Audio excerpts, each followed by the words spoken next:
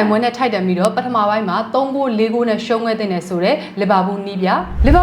အာနယ်စလော့ကတော့သူတို့ရဲ့ပြိုင်ဘက်ဖြစ်တဲ့ခရစ္စတယ်ပဲလေအသင်းကနိုင်မွေးရရှိခဲ့တာထိုက်တန်သွားတာဖြစ်ပြီးတော့သူတို့အသင်းကတော့ပထမပိုင်းမှာ3-4လောက်နဲ့ရှုံးခဲ့တဲ့ဆိုပြီးတော့ပွဲပြီးမှပြောကြားသွားခဲ့တာပဲဖြစ်ပါတယ်ဒီအသင်းပရီးမီးယားလိဂ်မှာရာဂိုင်နှုန်းမြင့်နိုင်ပွဲရရှိထားခဲ့တဲ့လီဗာပူးအသင်းကတော့စနေနေ့မှာကစားခဲ့တဲ့ပရီးမီးယားလိဂ်ပွဲစဉ်6မှာတော့ခရစ္စတယ်ပဲလေအသင်းကိုလူစားဝင်အာဆင်နယ်ကစားသမားဟောင်းအယ်ကယ်တီယာရဲ့နောက်ကျဂိုးနဲ့ရှုံးနေခဲ့တာပဲဖြစ်ပါတယ်အထူးသဖြင့်လီဗာပူးအသင်းကတော့ပထမပိုင်းမှာခရစ္စတယ်ပဲလေအသင်းကိုမရှင်နိုင်မဲ့နဲ့အပိုင်ကိုသွင်းခွင့်တွေအမြောက်များပေးခဲ့ရတာပါလီဗာပူးအသင်းကအဲ့ဒီပွဲမှာတော့ပွဲချိန်9မိနစ်မှာအစ်ဆာမီလာစာရဲ့အဖွင့်ကိုခွင့်ပြုပေးခဲ့ရပြီးတော့နောက်ထပ်ဂိုးပေးရနိုင်တဲ့အပိုင်ခွင့်ရ3-4ချိန်လောက်ကိုလည်းပေးခဲ့ရပေမဲ့လည်းဂိုးသမားအဲလစ်ဆန်လက်စွမ်းပြကလို့တက်တာရခဲ့တာပဲဖြစ်ပါတယ်ဒုတိယပိုင်းမှာတော့ခီရီစာရဲ့သွင်းဂိုးနဲ့လီဗာပူးခြေပါကိုရရှိခဲ့ပေမဲ့လည်းပွဲပြီးကန်ဒီမှာအယ်ကယ်တီယာရဲ့ဂိုးနဲ့ခွင့်ပြုပေးခဲ့ရပြီးတော့ပွဲပြီးမှ2-1နဲ့ရှုံးနေခဲ့တာပဲဖြစ်ပါတယ်ခရစ္စတယ်ပဲလေကိုရှုံးနေခဲ့ခြင်းနဲ့ပတ်သက်လို့ပွဲပြီးမှလီဗာပူးနီးပြအာနယ်စလော့ပြောခဲ့တာကတော့ပဲလေအသင်းကနိုင်ပွဲနဲ့ထိုက်တယ်ပါတယ်ပထမပိုင်းမှာသူတို့အများကြီးပိုကောင်းခဲ့ပြီးတော့3-4ဂိုးလောက်တောင်ရခဲ့တဲ့နဲ့